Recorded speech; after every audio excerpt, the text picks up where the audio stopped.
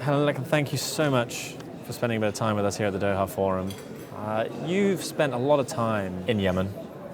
Can you tell us a little bit about what Yemen is like on the ground, what it has been like over the last decade or so? I think actually it's great that you asked that question, because nowadays all we hear about Yemen is war, humanitarian disasters and other things of that nature, and people who've never been there have no idea that it's actually an incredibly beautiful country with the most amazing variety of landscapes. It has a historic architecture which changes from 50 to 100 kilometers. You get a complete change of architecture and style. It has a population which is mainly rural, as I said earlier in the talk, but which is very, very hospitable, friendly. Basically Yemeni people are extremely nice and generous people. I think the war and the economic and social crisis of the last 2 decades have very much impacted these.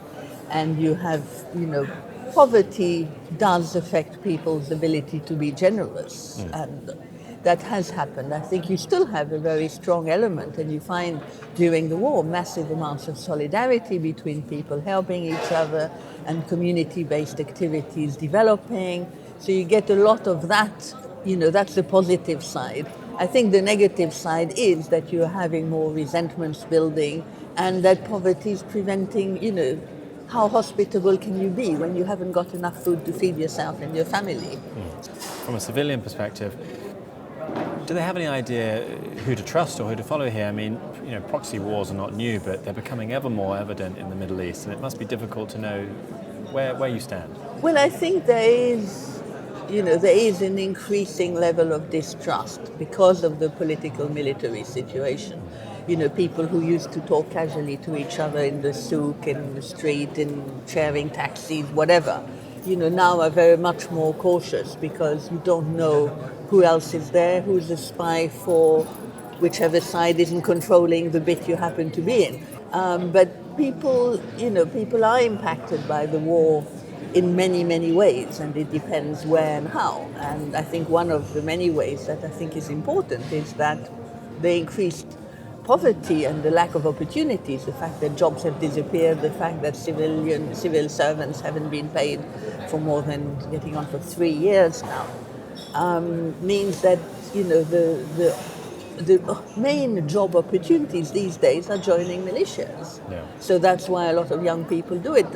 Most people who join them don't do it for ideological reasons. I mean, a few must believe, but the majority do it because that's the only way to feed their families. So talk to me a bit about that, the humanitarian side of this, the crisis side of things.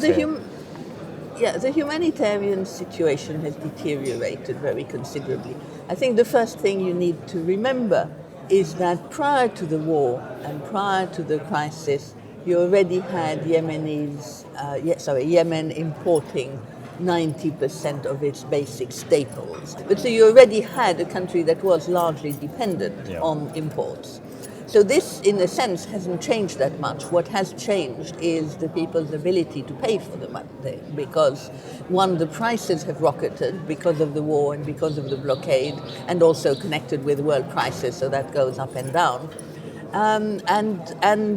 Once the food hits the Yemeni coast, it then gets taxed all along the way by various militias and de facto authorities or others. So you have a situation where by the time it reaches the remote locations where it's needed, the prices have become beyond the ability of most people to pay. And so I think to some extent that's where the humanitarian aid comes into it, because it provides food and necessities at lower prices or for free. But it's, when people are talking so much about the importance of humanitarian aid, they should also at least mention that still the majority of basic staples come in through the private sector and through commercial channels, and not simply through the UN World Food Programme or others. Mm-hmm. You've heard people say it's one of the worst humanitarian crises in history or in the world at the moment. Not a phrase that you're in love with. But what is your point of view on the international community's input in Yemen so far? Well, I think, the first element, of course, of the international community's involvement is their involvement in the war. And you have, and the other thing is you use the word international community, but basically it means the UN. Yeah. Or alternatively, you're talking about the coalition states, which is basically Saudi Arabia and the UAE plus a few other weird states that have become involved.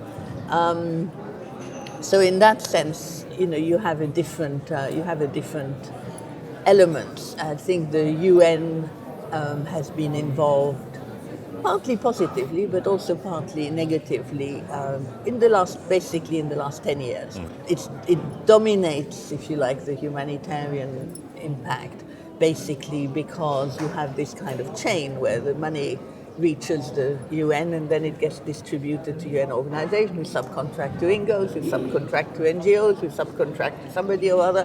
What happens, you have sort of 100 at the top, and by the time it gets to the person who's supposed to need it, you have one.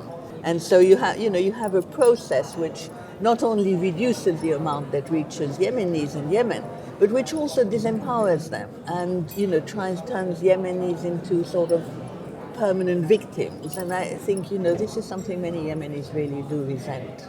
I read a quote from the UNICEF chief recently that said we're on a tipping point with Yemen, that it's on the verge of sliding into oblivion.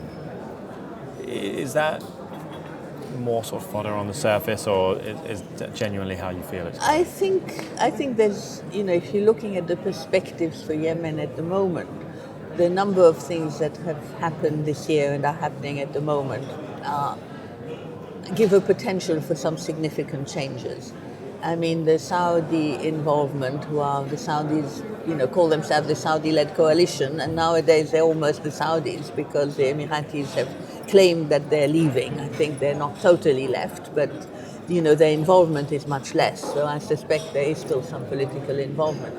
But the Saudis have really decided they want to get out of this war.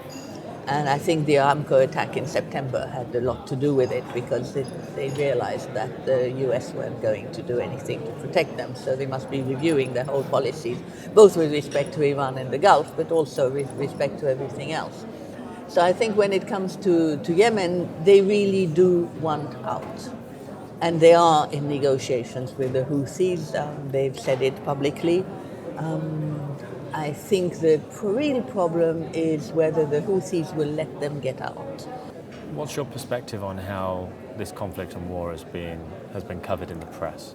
I think it's a bit difficult for me to say, because everybody says it's not covered well, but since I spend all my time looking at Yemen, I get enough stuff to keep me going 3 or 4 hours a day. I think the focus has been on the humanitarian situation. Mm-hmm. I think there's been insufficient explanation as to the real internal causes. And of course, I think the West, before this war and I fear after this war, are primarily concerned with counterterrorism and Al-Qaeda, which, as far as the Yemenis are concerned, is, number 10 or so on the list of priorities. It's there and it's a problem, but it's by no means the number one problem. It also is very irritating for Yemenis. Why are they making this fuss about half a dozen, armed people who are paying, when there's so many other problems that people want to solve, economic problems, social problems, schools, medical centers, economic opportunities. I mean, any number of things where Yemenis really would want some support and assistance to help rebuild the country, to help build the country. If you're going to help a country develop, it's creating a human capacity and human competence and human skills that allow people to flourish in a way. So my final question on that, it was said that Saudi Arabia put pressure on the UN to step back and sort of take Yemen's sort of child crisis off of its blacklist, that the UN stepped up and did that. We obviously know that this is absolutely a crisis, a child crisis particularly. So with a nation state like a superpower like Saudi Arabia being able to have that influence on a body like the UN in a situation like this, that really discredits the UN, right? How do they claw back some of that credibility, and how can they be trusted in other areas? I totally agree with you. I mean, I think it was outrageous, that the UN agreed to remove Saudi Arabia from the war crimes and child crimes activities under threat, as you said, and it was widely reported that it was under threat. And I think it's a very fundamental issue. I mean, I think like most people here, I'm in favor of multilateralism, and I'm in favor of looking at a better society, at a more equitable society, at a society where we don't have, a tiny minority of billionaires while everybody else is not doing well, and a lot of people are doing extremely badly.